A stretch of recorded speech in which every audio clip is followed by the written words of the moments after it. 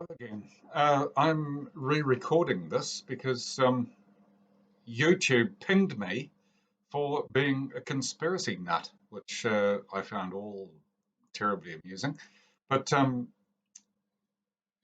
won't explain why, but here we go. A new world order, conspiracy of decency. Did they really land on the moon?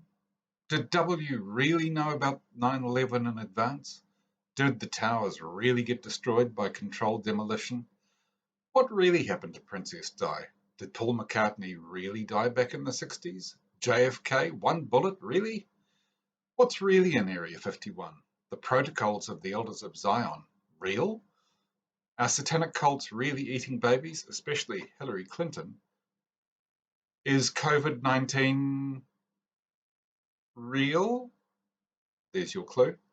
Yes, is my answer. I don't have any answers on any of these subjects, except that one, obviously. But it sure is fascinating to speculate on all of it. Such glorious fun to fall down a rabbit hole and find the answer. There is nothing so satisfying to the human mind than to get the answer right. Funny thing is, the feeling of being right doesn't even need to align with reality. Any answer will do, so long as it blunts the confusion of not knowing. We live in a very confusing time. As alluded to in a recent Rolling Stone article, the American empire is crumbling, and history tells us that apart from the fact that all empires crumble in the end, it gets pretty messy and scary when they do. All around us are examples of how our current systems are not working properly and have not worked properly for a very long time. So, it's not just America that's falling apart. We're in the throes of an enormous paradigm shift globally. And with all due respect to all the theories about who is pulling the strings behind the curtain, I think if we pulled back the curtain, we would find some facsimile of a tired, confused old white guy with no ideas, no plan, and ebbing strength and energy. It's easy to highlight Donald Trump as an avatar for that behind the curtain man, thing, entity, but he is a symptom, not a cause. He hasn't seized control yet of a decaying society. He is the manifestation of all the fears and concerns and disappointments of people who have never seen success and want someone to blame, and those who have had success and don't want to share it or lose it. To some, he is a cartoonish villain, and to others, he is a cartoonish savior. What I see is the emergence of a very real kind of nihilism. The systematic destruction of norms and institutions is telling the world that there is no meaning, that all has failed, and take what you can get for yourself. The rise of authoritarianism around the world is not new. It has happened throughout history. It is kind of surprising to me that it is on such a steep growth curve at this time. I wasn't expecting it. Okay, so thus far I have painted a pretty bleak picture of a pretty inhospitable future. I've got a little bit more of that to go on, so hang on.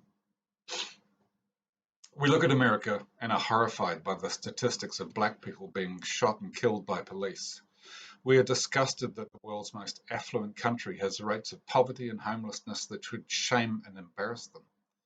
We look at how they pollute their environment and treat refugees and gobble resources and bully other countries and are ripping themselves apart politically. All this is true. You can see it on whatever news horse you back. Different spin and reason, same thing. But we aren't America. We are New Zealand and we think we are different and better. We don't have that kind of racism, economic disparity, poverty, homelessness, and helplessness here. No, we don't. We have our very own homegrown kind. I wonder how many people see Black Lives Matter on their TV and think that's a good idea. Then they see Ihumātao and it's all a bit close to home. We don't need these bloody radical Maoris messing up our nice country and valuable real estate. We all see the world through our own eyes. We all have our own set of experiences that act as the filter through which we see things. We see a brown man with no shirt on, with a Coke bottle filled with soapy water and a window washer at the traffic lights, and our reactions vary massively. Some see a useless bludger too lazy to get a proper job and probably dangerous.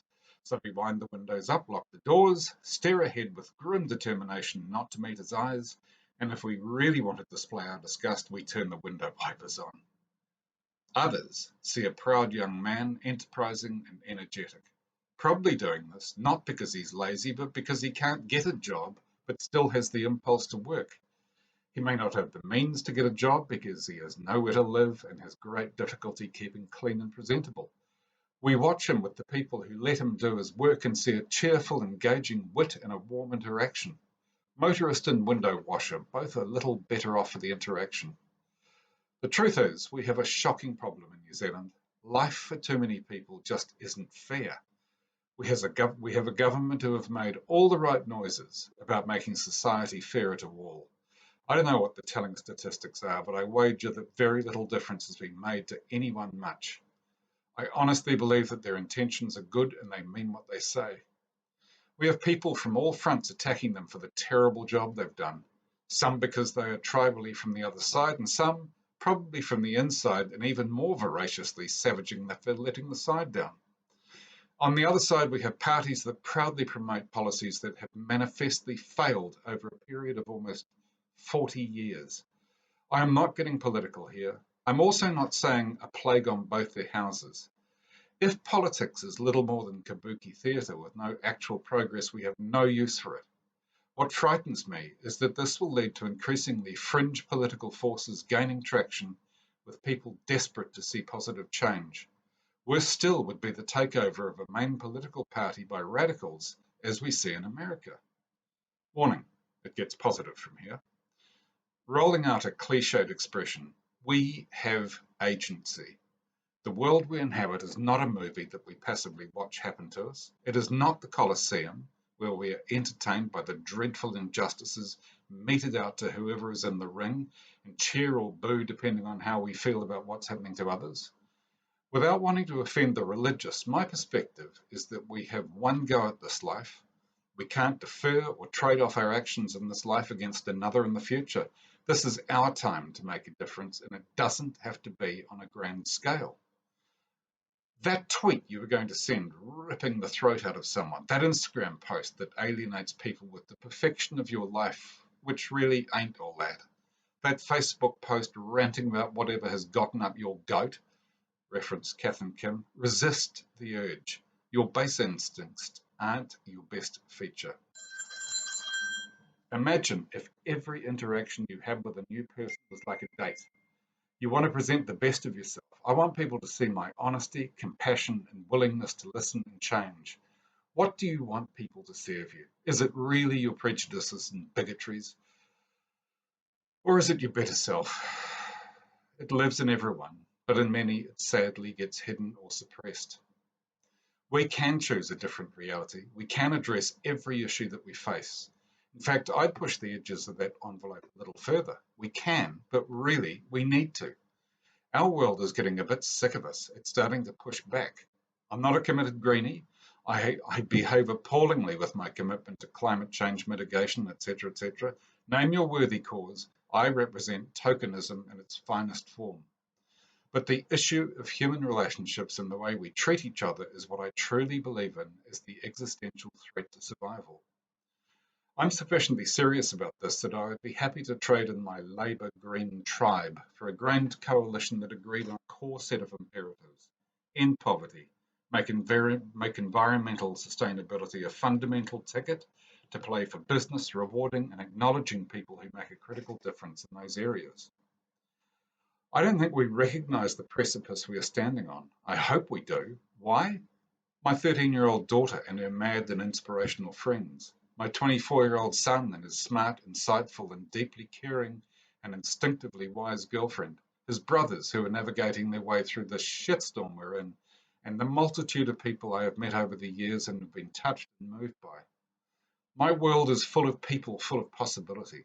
Not all of them have realized their possibility, but I want us to provide them with the space to do so. Here are my suggestions for how we get to the state of nirvana, not the band with the screeching singer. 1. Stop talking shit about other people. 2. Start listening to people who think differently. 3. Imagine a world where your loved ones would thrive and be happy. 4. Do something about that. 5. Help other people do something about that. I understand that this piece is long. It has all the hallmarks of a stream of consciousness piece. It kind of is, but it reflects what I really think, feel, and believe. Please feel free to shoot me down, but I would just ask that when you do it with better ideas, not hate and belligerence. Thank you for listening, and I hope that YouTube doesn't uh, decide that I'm some kind of terrorist again for talking about COVID-19. Thank you and goodbye. We'll speak again soon.